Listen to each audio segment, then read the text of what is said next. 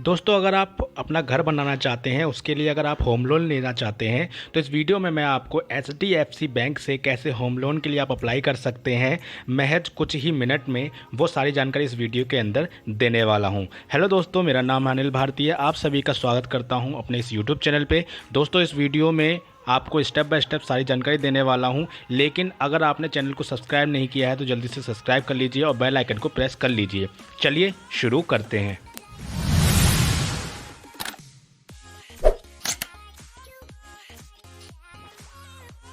दोस्तों, अगर आप एचडीएफसी बैंक से लोन लेना चाहते हैं, होम लोन लेना चाहते हैं, तो आपको दो तरीके से अप्लाई करना होता है, एक ऑनलाइन और दूसरा ऑफलाइन। खुशी की बात यह है दोस्तों, अगर आप खेती बाड़ी भी करते हैं, किसान हैं, तब भी आप होम लोन के लिए अप्लाई कर सकते हैं। इस वीडियो के अंदर हम आपको बताने वाले हैं कि ऑनलाइन प्रोसेस क्या है और कैसे करते हैं। इसके लिए आपको कितनी टेन्योरिटी होती है, कितना समय होता है, उसमें टर्म्स एंड कंडीशन क्या होती हैं, क्या सारी एलिजिबिलिटी होती है, वो सारी यहाँ पे आपको बताई जाएगी। और आप मैक्सिमम कितना समय में इसे पे कर सकते हैं, रीपेमेंट कर सकते हैं, यानी कि इसे जमा कर सकते हैं, वो सारी जानकारी इस वीडियो के अंदर मैं आपको बताने वाला हूँ। साथ ही साथ इंटरेस्ट रेट क्या मिलने वाला है आपको और एक्स्ट्रा चार्जेस क्या लग सकते हैं, वो सारी जानकारी इस वीडियो में उपलब्ध होगी।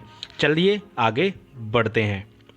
दोस्तों, सबसे पहले मैं आपको बता दूं यहाँ पे बेनिफिट्स के कि आपको क्या क्या बेनिफिट्स इसमें मिलते हैं अगर आप एचडीएफसी होम लोन लेते हैं। तो सबसे पहली बात कि आपको लो इंटरेस्ट रेट मिलता है स्टार्टिंग में लगभग 6.75%। इसके अलावा अगर हम बात करें दूसरी चीज़, तो आपको इंटरेस्ट कंसेशन मिलता है 0.05%। अगर कोई महिला अपने नाम पे उधार लेती है, यानी अपने नाम पे महिला लोन लेती है, तो उसको 0.05% यहाँ पे कंसेशन मिल जाता है।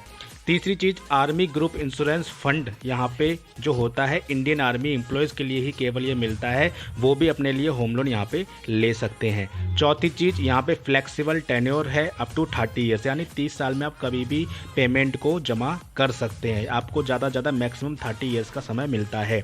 इसके अलावा हम अगली बात करें तो आपको यहाँ पे कई तरीके के होम लोन्स होते हैं जो कि कस्टमर की रिक्वायरमेंट के हिसाब से दिखाई देते हैं। पहला है एचडीएफसी होम लोन जो कि रेजिडेंट इंडियंस के लिए है। दूसरा है एचडीएफसी प्लॉट लोन जो नया प्लॉट ले रहे हैं उनके लिए। और तीसरा है एचडीएफसी रिच लोन जो कि इंडियन अर्नर के लिए है, जिनकी अप टू जो अगर एटलीस्ट अर्निंग की बात करें तो वो 10,000 रुपये पर मंथ होनी ही चाहिए। जिन लोगों की 10,000 रुपये पर मंथ इनकम है वही लोग इस चीज़ के लिए अप्लाई कर सकते हैं लोन के लिए। अगली चीज़, मल्टीपल रीपेमेंट ऑप्शंस हैं कस्टमर के हिसाब से, जिस हिसाब से वो पे करना चाहते हैं। कस्टमर जितने की किस्त बनाना चाहते हैं वो उस हिसाब से रीपेमेंट यहाँ पर होती है। अब हम बात करते हैं अगली चीज़ की, तो वो है हमारी एलिजिबिलिटी, यानी कि योग्यता। कौन कौन लोग इसे एलिजिबल हैं इस लोन के लिए। तो एज आपकी 21 से लेके 65 साल के बीच होनी चाहिए, तभी आप इसे अप्लाई कर सकते हैं। दूसरा, आप या तो सैलरीड हो, यानी आप जॉब करते हो, या आप सेल्फ एम्प्लॉयड हो, या फिर आप एग्रीकल्चर भी करते हो, यानी खेती बाड़ी भी करते हो, तब भी आप इस लोन के लिए अप्लाई कर सकते हैं। सैलरी पर्सन की इनकम कम से कम 10,000 रुपये पर मंथ की होनी चाहिए, वो अप्लाई कर सकते हैं। और जो सेल्फ एम्प्लॉयड इनकम है, यानी जो सेल्फ एम्प्लॉयड है, जो अपना काम करते हैं, उनकी पर एनम यानी सालाना 2 लाख तक कम से कम इनकम होनी चाहिए। अब हम बात करते हैं कि डॉक्यूमेंट्स कौन कौन से होंगे जिसकी आवश्यकता होगी। तो सबसे पहले 2 फोटोग्राफ्स की ज़रूरत है। उसके अलावा आइडेंटिटी एंड रेजिडेंस प्रूफ में आधार कार्ड की आवश्यकता है, और आपके रेजिडेंस प्रूफ में आप पहचान पत्र या वोटर आईडी कार्ड कुछ भी दे सकते हैं। इसके अलावा आपकी लास्ट 6 मंथ की बैंक स्टेटमेंट की ज़रूरत है, वो आपको देनी होती है। अगली चीज़, आपको यहाँ पे प्रोसेसिंग फ़ी आपकी कटती है जो कि आप चेक के माध्यम से अपने देते हैं। अगर हम इनकम डॉक्यूमेंट्स की बात करें, इनकम डॉक्यूमेंट्स भी आप देते हैं। एग्रीकल्चर, सैलरीड कस्टमर और सेल्फ एम्प्लॉयड जो कस्टमर है सबके लिए अलग अलग है। अगर हम बात करें सैलरीड कस्टमर के लिए जो जॉब करते हैं, तो लेटेस्ट सैलरी स्लिप उनको देनी होती है और फॉर्म 16 सबमिट करना होता है। इसके अलावा हम बात करें अगर सेल्फ एम्प्लॉयड की, तो उसको एजुकेशन क्वालिफिकेशन सर्टिफिकेट और प्रूफ ऑफ बिजनेस देना होता है। इसके अलावा उसे अपने बिजनेस प्रोफाइल या जो अपने काम करते हैं उसके 3 साल की इनकम टैक्स रिटर्न देनी होती है जो कि सेल्फ एंड बिजनेस की होती है। इसके अलावा उसे प्रीवियस 3 साल का प्रॉफिट एंड लॉस की बैलेंस शीट भी देनी होती है। ये सेल्फ एम्प्लॉयड की बात हो गई। बात करते हैं एग्रीकल्चर वाले की, यानी खेती बाड़ी करने वालों की, तो उनको कॉपी देनी होती है अपने एग्रीकल्चर की, यानी जो उनकी ज़मीन है, ज़मीन की उनको कॉपी देनी होती है एक एक। इसके अलावा उन्हें देना होता है एग्रीकल्चर की जो लैंड डिप्टिंग जो ज़मीन होती है उसके माध्यम से जो भी उसके डॉक्यूमेंट्स होते हैं वो सारे देने होते हैं। उसके अलावा उन्हें 2 साल तक की जो ज़मीनी उनका लेन देन स्टेटमेंट रहा है वो उनको वहाँ पे जमा करना होता है। इसके अलावा अलग अलग रिक्वायरमेंट के हिसाब से अलग अलग यहाँ पे एडिशनल डॉक्यूमेंट जमा कर दिए जाते हैं। अब हम बात करते हैं नेक्स्ट यहाँ पर मैक्सिमम लोन अमाउंट की, कि मैक्सिमम लोन अमाउंट कितना मिल सकता है। तो ये आपके इनकम पे डिपेंड करता है कि आपकी इनकम कितनी है। जैसा कि मैंने आपको बता दिया कि अगर आप 10,000 रुपये करते हैं तो उसमें आपको कितना मिलता है। फिलहाल मैं बात करता हूं कि अगर आप 25,000 रुपये मंथली आपकी इनकम है या 10,000 रुपये मंथली आपकी इनकम है तो आप 13,15,160 रुपये आपको मिल जाता है। अगर आपकी 10,000 रुपये इनकम है तो 13 लाख आपको मिल जाता है। वहीं आपका ये डिपेंड करता है आपके सिविल स्कोर पे। अगर आपका सिविल स्कोर अच्छा है तो आपको लोन अमाउंट अच्छा मिल जाता है, अगर सिविल स्कोर अच्छा नहीं है तो आपको लोन अमाउंट नहीं मिलता है।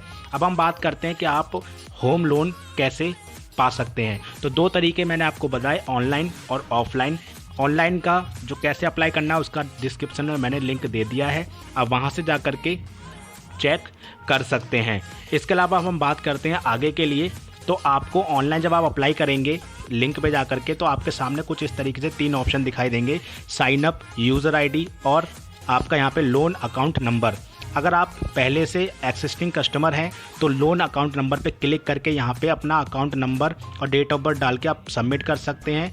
अगर आप नेट बैंकिंग के थ्रू करना चाहते हैं तो यहाँ पे यूज़र आईडी और पासवर्ड डाल के कर सकते हैं। और अगर आप न्यू हैं बिल्कुल तो साइन अप के ऑप्शन पे जा कर के आप यहाँ पे अपनी सभी डिटेल्स को फिल करके कर सकते हैं।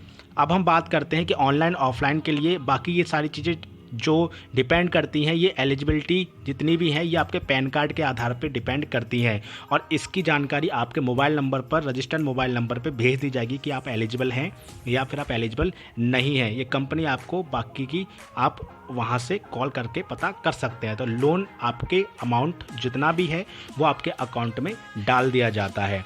अब हम बात करते हैं नेक्स्ट यहाँ पर कि आप लोग अगर ऑफलाइन लेना चाहते हैं तो आपको अपने नियरेस्ट बैंक में जाना है।